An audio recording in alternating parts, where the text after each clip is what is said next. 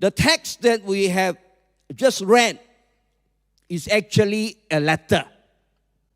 And in Revelation chapter 2 and chapter 3, there are 7 letters written to 7 different churches. John wrote this letter around about AD 100. So it's about like 70 years after the resurrection of Jesus Christ. So this church were there actually. The 7 churches that were mentioned were actually there. And those of us who have made tour to Turkey, some of us may take a side tour and see the 7 churches, but they are actually in ruins now, that 7 churches. But when this letter went forth, these 7 churches were actually there. And some people look at these 7 churches and see them as 7 sequential stages, or chronological era in our church history. Theologians call this the historical and prophetical interpretation or sequence. The church of Ephesus would represent the apostolic church from about AD 30 to AD 100. Smyrna, the persecuted church, up to AD 313. Pergamon, the Constantine church or the political church, up to AD 600.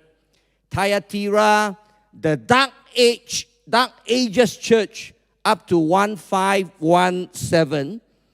And then Sardis, the Reformed church, with the rise of Martin Luther, 1648 up to 1648. Philadelphia, the missionary church, 1648 to 1900.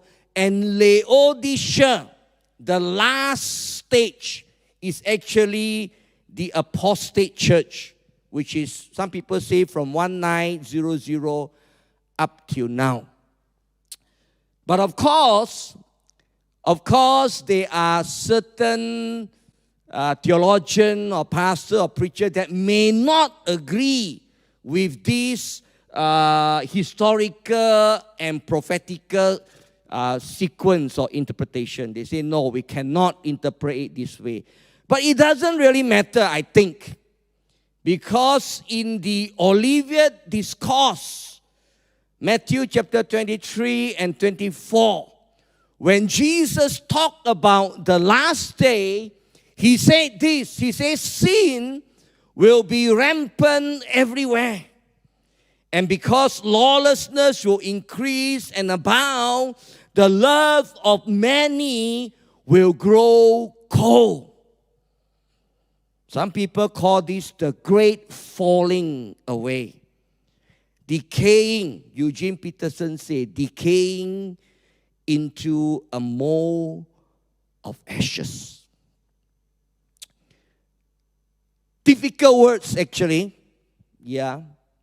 But personally, as I look at the 2 years that we have gone through, I think the pandemic is not there to fan our fire, to keep it burning strong.